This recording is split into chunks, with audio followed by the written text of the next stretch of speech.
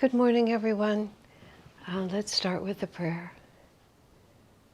Heavenly Father, Divine Mother, friend, beloved God, Jesus Christ, Babaji Krishna, Lahiri Mahashaya, Swami Sri Yukteswar, beloved Master Paramahansa Yogananda, saints of all religions, dear friend Swami Kriyananda, humbly we bow before you all.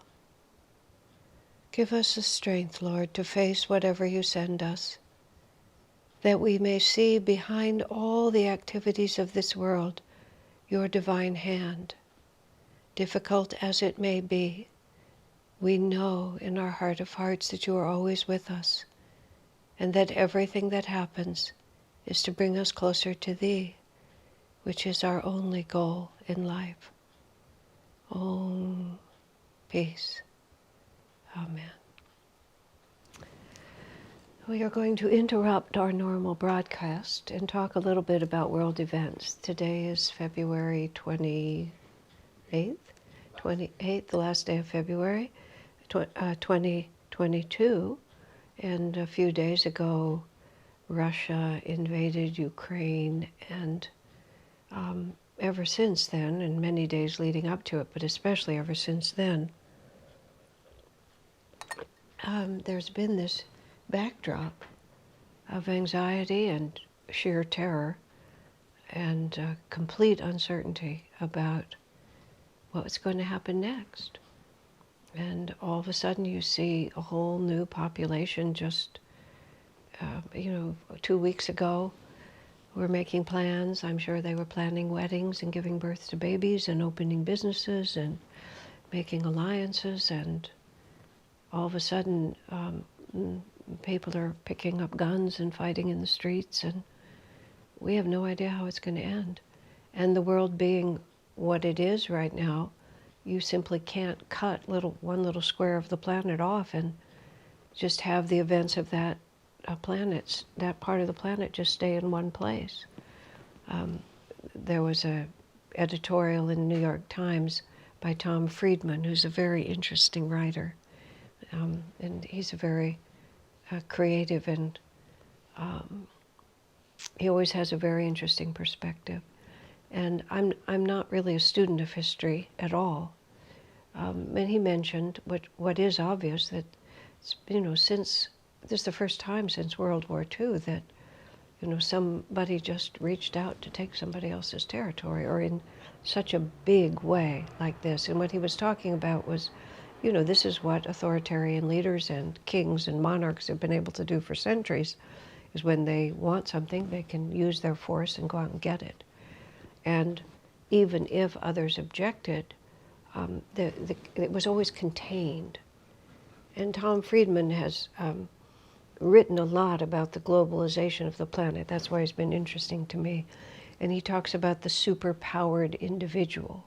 There was apparently one of the people who won the Nobel Peace Prize was a woman who conducted a worldwide campaign against, I believe it was landmines that had been left in the ground and were hurting children, with a computer on her kitchen table. And it was to me, it's always been this vivid example of, as Dwapara Yuga ascends, we enter into realities that we have no history to match. Because if you think of the whole history, the circle of the yugas rising and falling, then you have a period of time when this happened before. But the nature of where we are in the cycle is that as we get down into Kali Yuga, and literally at the nadir of Kali Yuga, the libraries are burned. It's like, so everything that we know is just wiped out. And so all of our history is interesting but not exactly relevant, because now that we're moving into Dwapara rising, we're in uncharted territory in terms of our own history. So superpowered individuals, people who can live stream in real time battles that and then the live stream ends because the person live streaming it was killed or there was an explosion. He wrote weirdly about Google Maps, which chart traffic jams, end up projecting across the internet where the troops are moving, where the tanks are moving, because it's creating traffic jams. And it's just, it's crazy. Okay, but what's not crazy, and unfortunately what's not unprecedented, is insane human behavior. Just like, I will be happy if I become more powerful, more rich, more fierce, more sadistic, more I don't know what. And we share this planet with a lot of people who are acting out karma that's way different, and I'll say from us. There are the people of the light and there are people of the other side. Swami put it actually much more interestingly. He said, this powerful new energy is coming to the planet. This is Dwapara Yuga. And read the book by Joseph Selby and David Steinmetz on the yugas. It will help you more than anything to understand what's going on now. You can get it from Crystal Clarity. And what's happening as our solar system moves closer to the center of the galaxy. This is how the yugas are an astronomical event where our whole solar system, which means our Earth too, we get closer and closer to the center of our galaxy. Now, if I said that correctly, it doesn't matter. But the energy is coming in. And Swami says for some time now, everybody feels this energy coming in, this increasing power. And some of us who are of a karmic disposition, that were born here to tune into that as a divine force and to take that force and use it to elevate our own consciousness and elevate other people's consciousness.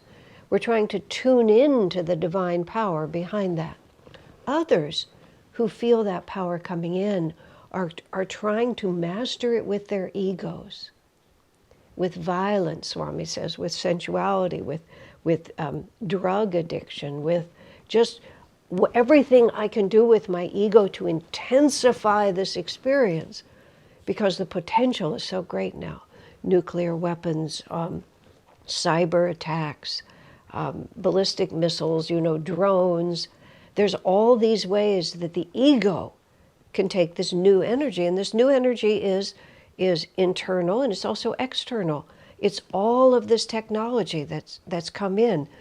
Fascinatingly, Steve Jobs of Apple Computer, who was personally responsible for much of the technological revolution, was very closely allied with Master. Autobiography of a Yogi was the book he passed out to everyone at his funeral. It's the only book he had on his iPad. He read it every year. So it's like the masters are working this from all different angles. So Steve Jobs creates this whole potential for us to carry in our hands a device that ties us to the whole world. And people with ego consciousness want to harness that power for their own use. And it's greater than it's ever been. In this particular crisis, Putin, the head of Russia, keeps talking about his nuclear weapons and his nuclear arsenal and putting it on alert and the things that are going to happen if anyone interferes. And God alone knows he could do it. I mean, he could do it. He has the power and he's trying to master it with his ego. Now, this could make us all crazy with fear. And it certainly makes us incredibly tense with fear. So we have to really, really stand back, because the forces that are conflicting with each other have been predicted by Master and by many others. You can go back to the appearance of Mother Mary in Fatima. I believe at the beginning, was it the First or Second World War? I think it was 1917, but I could be wrong. But it was around that time. She warned about the potential negative power of Russia. Isn't that interesting? before even anybody thought about it like that. And Master spoke strongly about the negative force of communism because of its atheism. And Master in the 1950s, he said, terrible cataclysms are coming, world wars are coming. Swami Kriyananda has, in his book, Divine Friendship, which is a collection of letters, there's a whole section in there called World Conditions. And I gave classes on that, and I believe we might have even pulled those classes out separately and put them on the internet. And this is just Swami telling us what Master said.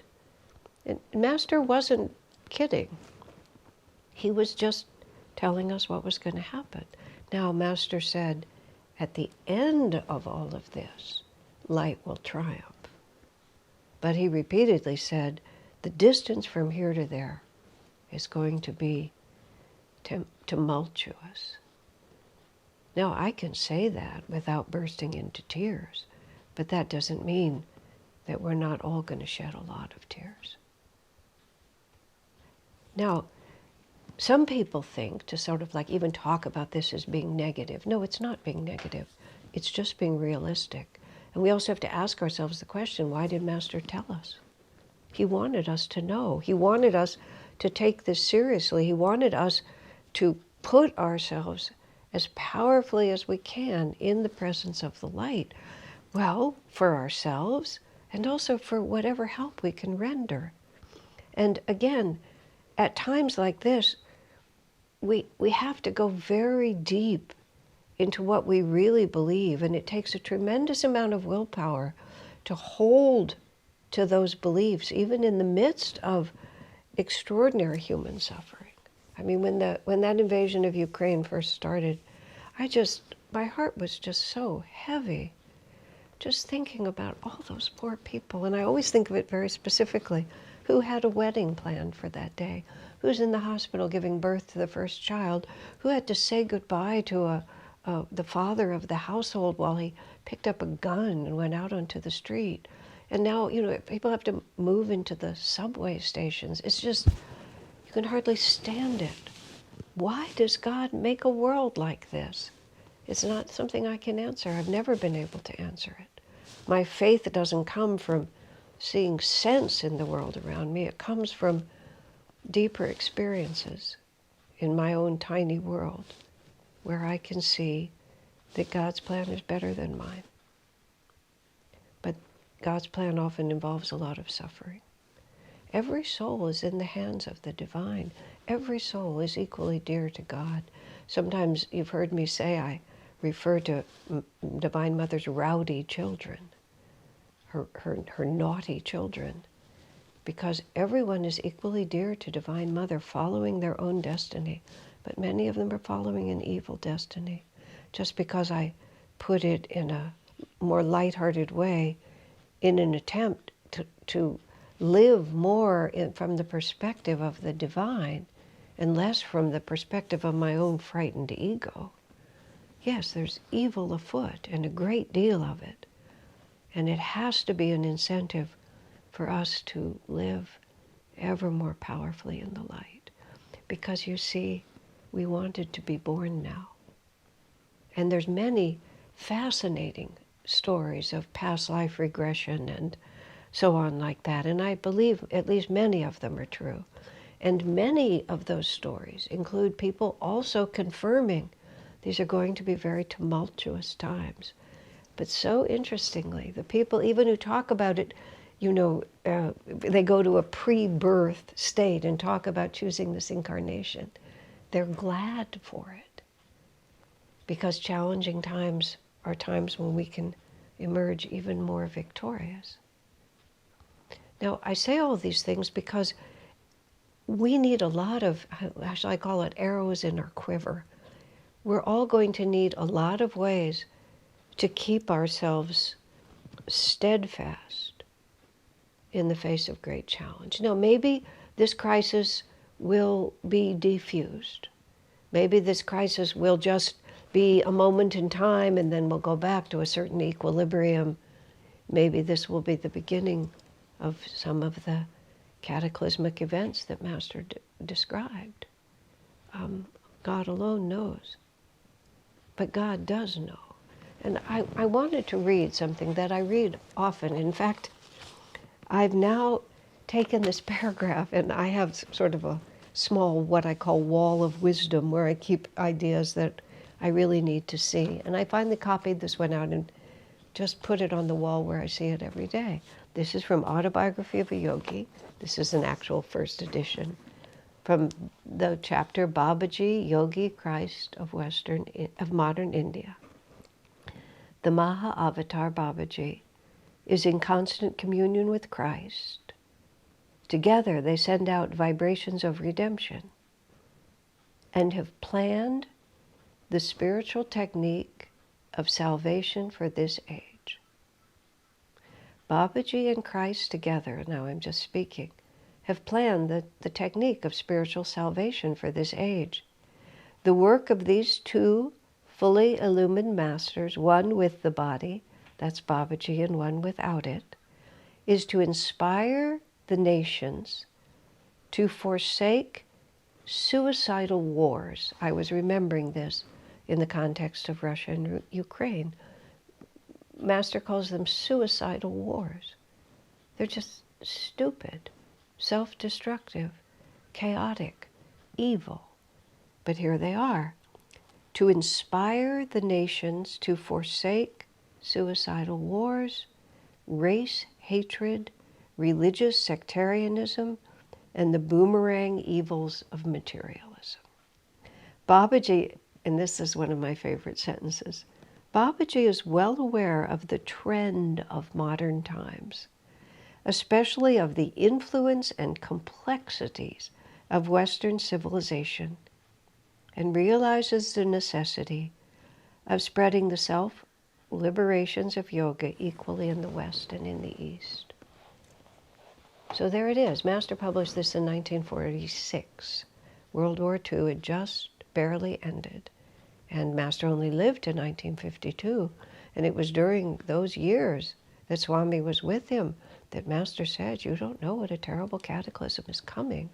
There will be economic collapse. But then he said also, people will have half as much money and much more happiness. But he spoke of World War III. He actually spoke of World War IV and said that they would happen before the end of the century. So prophecy time. And Mother Mary in Medjugorje spoke of 10 cataclysms that would come to the world, but said one had already been averted because people were responding to her call. You see, the energy is coming in and everyone is feeling it. And some people are trying to harmonize with it for divine good, and some are trying to master it with their egos. And Babaji and Christ know that it's going on, and they're working to inspire the nations. So we have to work on two levels at this time. I remember, and this would have been like 1994, because that's when we acquired the church that we have here in Palo Alto. And Swami was talking, he made a huge point about the transition of what we called Y2K at that time, the year, moving to the year 2000. There was a tremendous number of predictions that it would be cataclysmic because of the computers and all of this. And Swami, when I look back at the way what Swami did, I see he took those very seriously, but he used that to focus all of us in very strongly on the reality that things are, it's not going to be business as usual. And people would get upset with Swami. Why are you talking about all those negative things? I would say to them, Swami sat there and Master proclaimed, he said with so much power, this warning. Was Swami supposed to say, oh, well, I'll just never mention it because it's unpleasant and no one wants to hear it? He had an obligation as a disciple. And here it is, it's right in Autobiography of a Yogi. Babaji is aware of the complex influence of Western civilization, and he's offering the self-liberating techniques of yoga to inspire nations to forsake these suicidal wars. But the Y2K came, and we were buying this church, and we were getting established in this community. We were doing all these things, and I remember we sat with Swami and said, well, Swami, essentially, if the end of the world is coming, why are we bothering?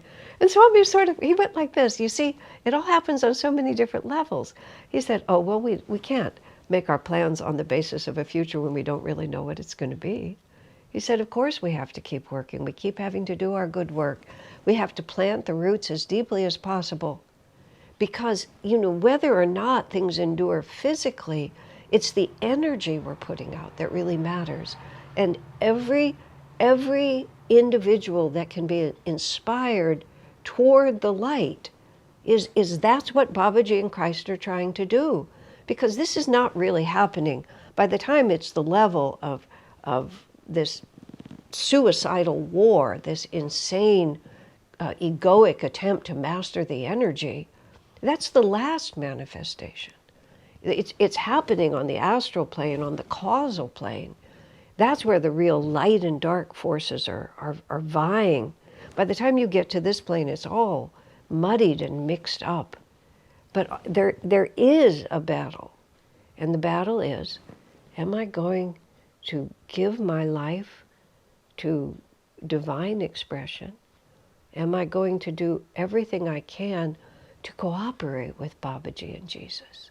Or am I going to let my ego get into this game and try to master this power for my own self-aggrandizement? And of course, it's a spectrum. And all of us, we are way past the suicidal wars stage. But still, we're always in a battle between shadow and light, between our own sense of unworthiness, between our own fears, to our attachments to having things continue. We just want things to be a certain way. It's perfectly natural. We don't want people we love to suffer. We don't want evil to gain ascendancy. We don't want idiots to have power. But they do.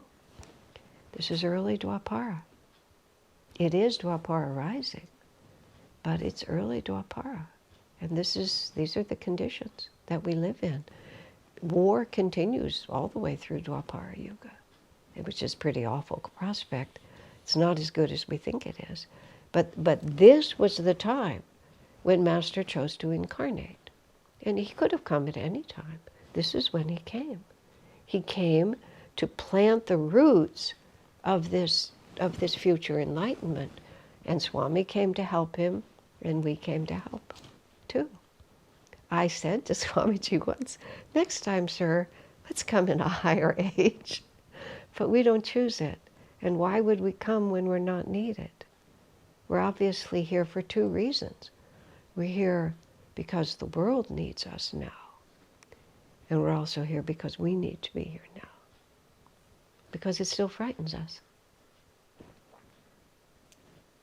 It still frightens us, and it still causes us to rebel against God's plan, whatever that might be, and it causes us to forget that Jesus and Babaji have planned the salvation of this age, and it causes us to wish that things were different than they were. It causes us to think we would be happier if, it causes us to want to be rescued.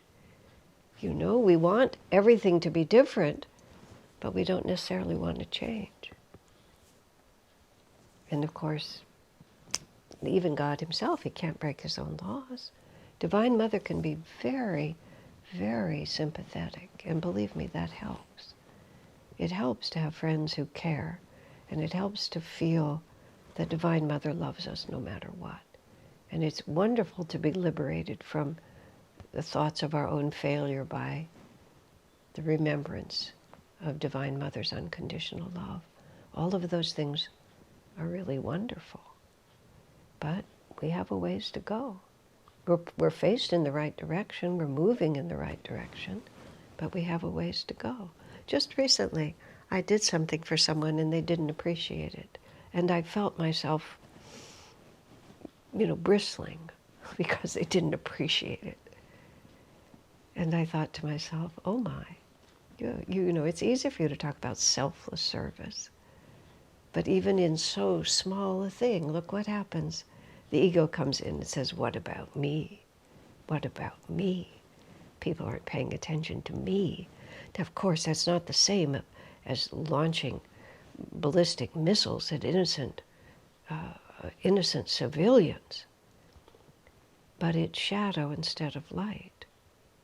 And our job, and we really have only one job, is that we are in a constant battle at all times to push back the shadow and bring in the light. And by the grace of God, we have many ways of thinking about doing that.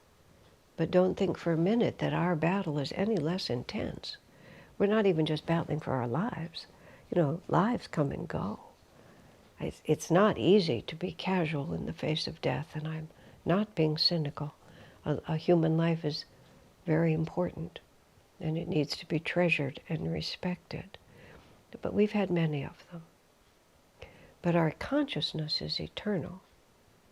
So whether our physical bodies survive or not is a matter of grave concern, but not the primary battle.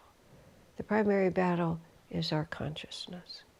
And as the world intensifies and the battle becomes more pronounced, we have to become more and more conscious, moment by moment. And it's easy and it's fine for us to say, Divine Mother, I think this is a terrible plan. Jesus himself in the Garden of Gethsemane, listen to his prayer. Lord, let this cup pass from me. That's what Jesus said. That's how it's brought down to us. And he wasn't afraid of being crucified. He was not worried about being embarrassed. I mean, none of that. The bitter cup was that he'd brought salvation and it was being rejected.